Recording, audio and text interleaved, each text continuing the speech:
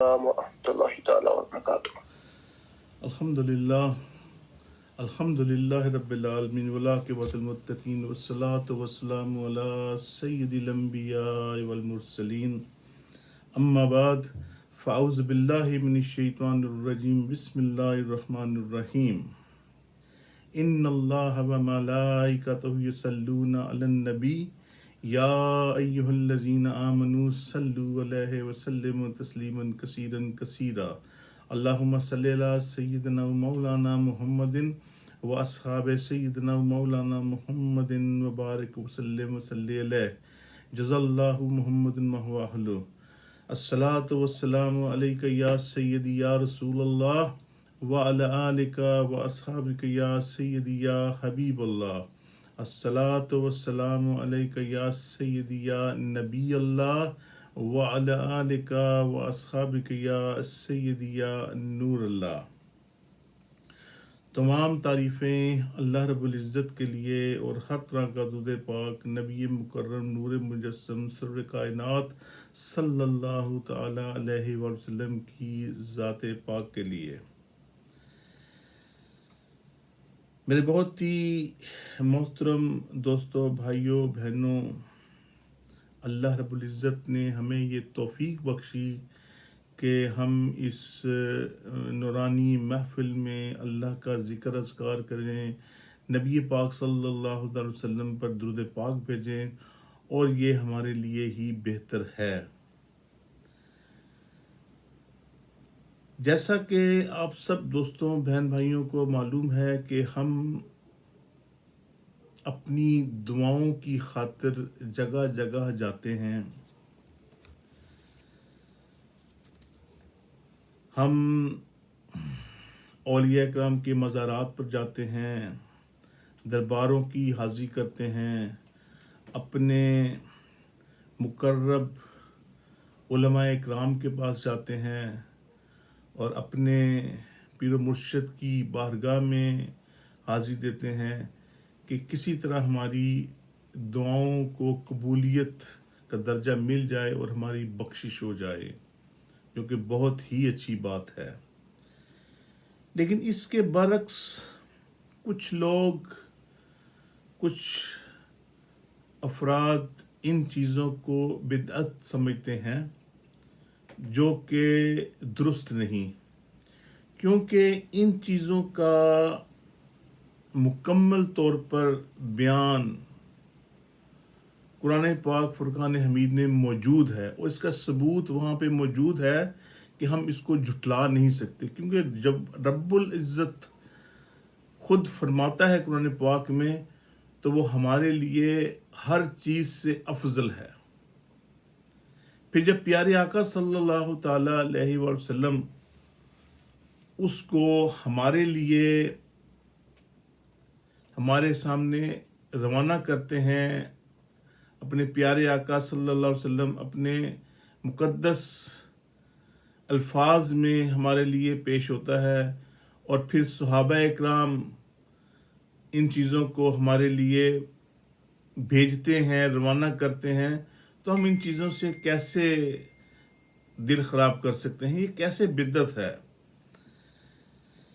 حضرت مریم رضی اللہ تعالی عنہا جس حجرے میں عبادت کرتی تھیں، وہ حجرہ حضرت مریم رضی اللہ تعالی عنہا کا عبادت گاہ تھا، اور حضرت مریم رضی اللہ تعالی عنہا وہاں پر اللہ رب العزت کی عبادت کرتی تھیں، اور کسی کی عبادت نہیں کرتی تھیں، صرف اللہ رب العزت کی عبادت کرتی تھیں، اور جو کچھ مانگتی تھیں وہ اللہ رب العزت سے ہی مانگتی تھیں۔ اور وہ جگہ، وہ مقام بڑی برکت والا مقام ہے۔ حضرت زکریا علیہ السلام نے وہاں جا کر دعا مانگی۔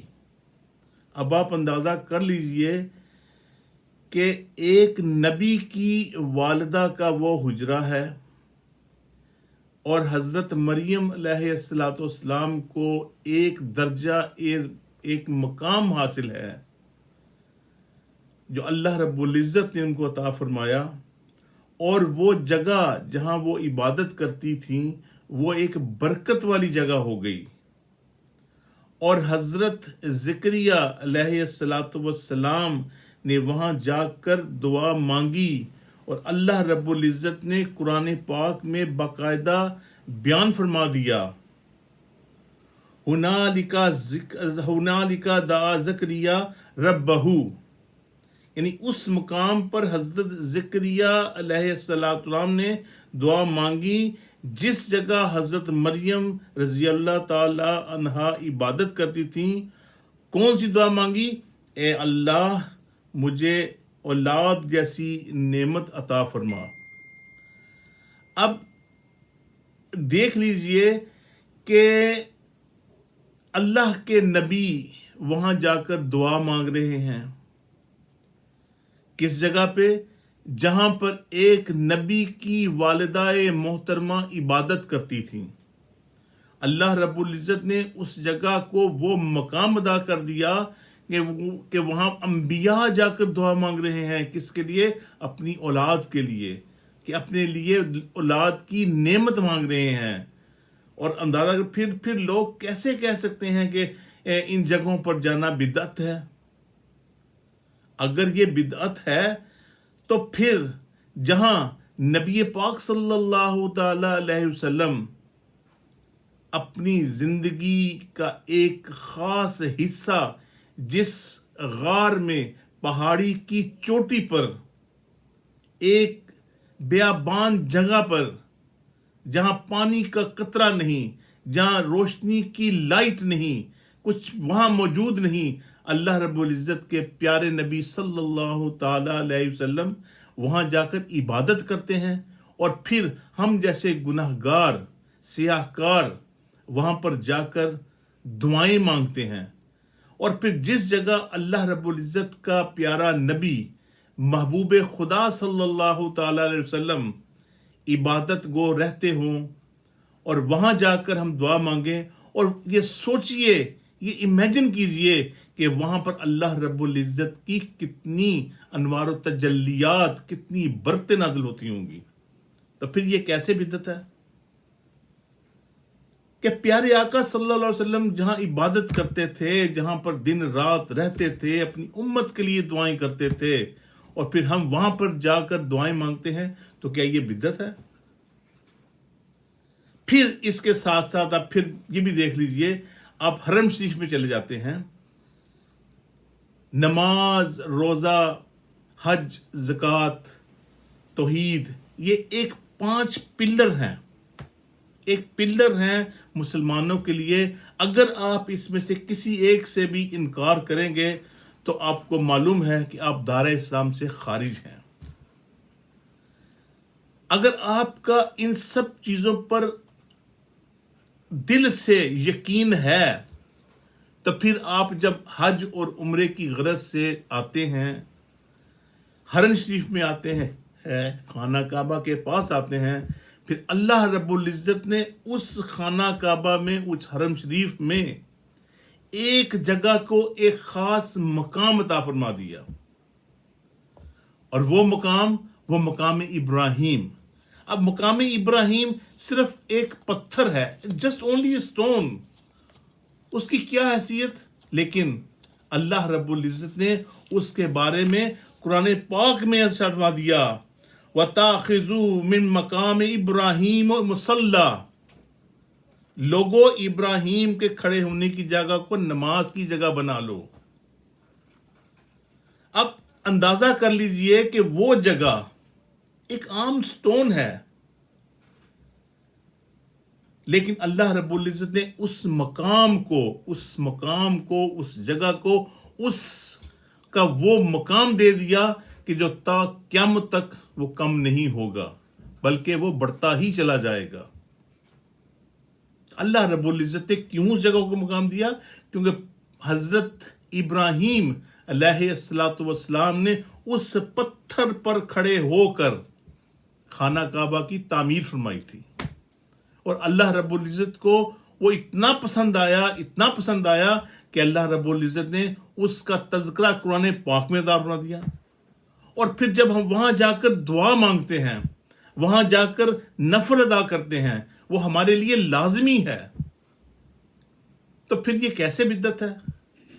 اللہ رب العزت ہمیں اس چیزوں پر عمل کی توفیق عطا فرمائے کہ ہم ان بری انسنی باتوں کو دھیان مت دیں، کیونکہ اللہ رب العزت نے قرآن پاک میں، احادیث میں نبی محمد صلی اللہ علیہ وسلم نے فرما دیا کہ جب تم لوگوں کو پریشانی ہو، تکلیف ہو، اللہ کے حضور سجدہ ریز ہو جاؤ اور دعائیں مانگو، اور نیک بندوں کی وساست سے دعائیں مانگو، نیک بندوں کے وسیلے سے دعا مانگو۔ پیارے حبیب صلی اللہ علیہ وسلم نے خود ارشاد فرمایا کہ میرے وسیلے سے دعا مانگو، اللہ رب العزت دعائیں قبول کرے گا۔ پھر یہ کیسے بدعت ہو گئی؟ ہمیں اپنا خود احتساب کرنا چاہیے، خود دیکھنا چاہیے کہ ہم کتنے پانی میں ہیں۔ ہمیں لوگوں کی سنی سنائی باتوں پر عمل نہیں کرنا چاہیے، کان نہیں دھرنے چاہیے، کہ ہمیں جب ہم اپنے عقیدے پر قائم رہیں گے، خود نبی پاک صلی اللہ تعالی وسلم نے فرما دیا کہ جنت میں کون جائے گا؟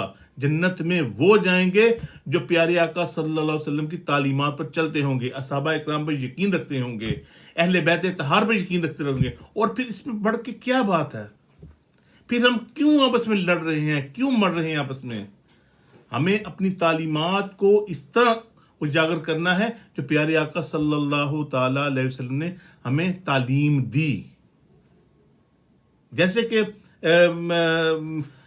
صوفی حارث اسلم نے واضح طور پر بیان کر دیا، پھر قبلہ شاہ صاحب نے نعت رسول مقبول میں سب کچھ بیان کر دیا۔ یہ سب سمجھنے کی بات ہے۔